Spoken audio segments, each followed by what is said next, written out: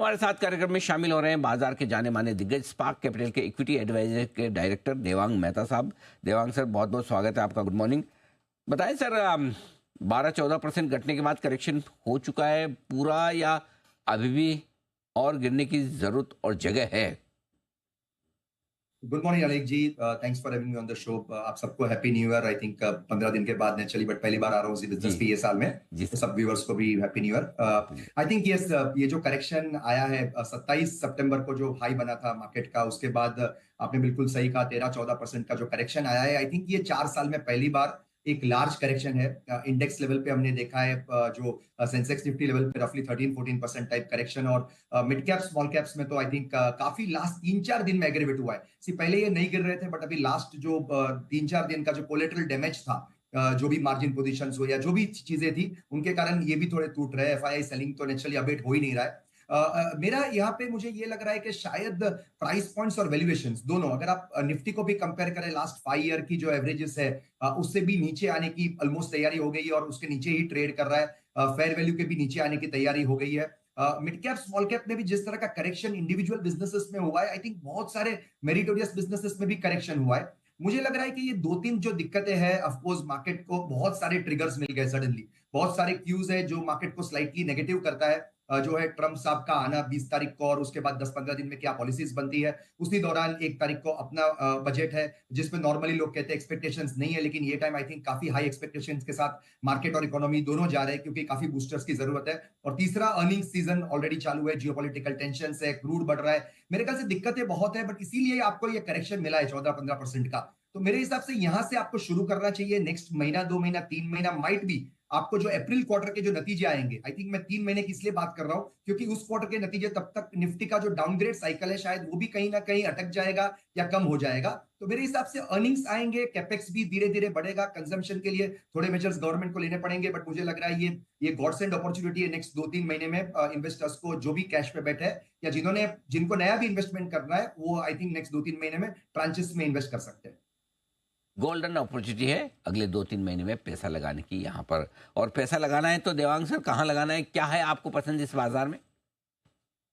अनिल जी, हम लोग बहुत समय से ये मेंटेन कर रहे हैं, और अगेन मैं कहूंगा at the expense of being repetitive के सेक्टर्स जो है वो ज्यादा कैसे आ हद रहा है? से डाटा होगा तूने तभी तो आ रहा है।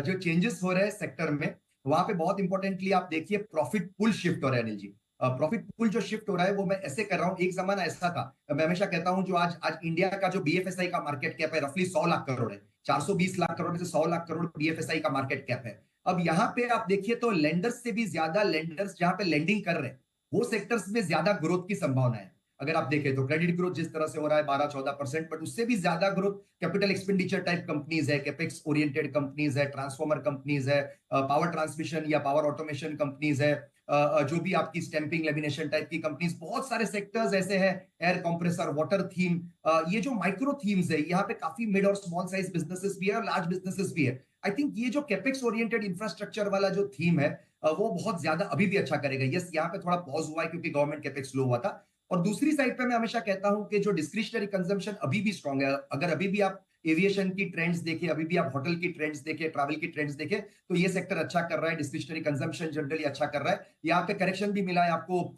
एग्जांपल्स दे रहा हूँ, ट्रेंट और टाइटन जैसे स्टॉक में भी करेक्शन मिला है, जो बहुत अच्छा कर रहे हैं, जिनके अर्निंग्स भी अच्छे आ रहे हैं, जिनके कैश फ्लोज भी अच्छे कर रहे हैं। माय सूत्र for this year will be earnings और कैश फ्लोज को फॉलो करिए। ये आसान साल नहीं होगा, हर जगह पैसा नहीं बनेगा, आपको अपने अपने स्टॉक्स, अपने सेक्टर ठीक से चुनने पड़ेंगे, क्योंकि वो जो आसानी से पैसा बनता था वो वाला माहौल शायद खत्म हो गया है। This will more be a market जहां पे आपको स्टॉक पिकिंग करना पड़ेगा अच्छे से।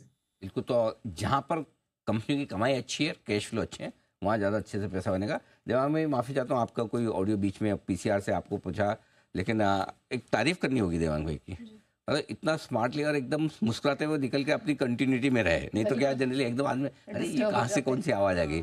बट वाकई में आपने बहुत अच्छे से हैंडल किया। मैं सोचा मुस्कुराए क्यों है मांगे, फिर पता चला कि देवांग भाई को कोई ऑडियो गया था। चलिए, तो ये है आपके लिए कुछ बढ़िया स्पेस जहाँ पर निवेश करने की राय देवांग सर की तरफ से आती हुई दिख रही है। अच्छा देवांग सर, एक और चीज़ जो लोग जानना चाहते हैं अर्निंग सीजन को लेकर, आपको क्या लग रहा है किन कंपनियों के, किन सेक्टर्स के नतीजे इस बार मजबूत रह सकते हैं और कहाँ सावधानी रखने की जरूरत है?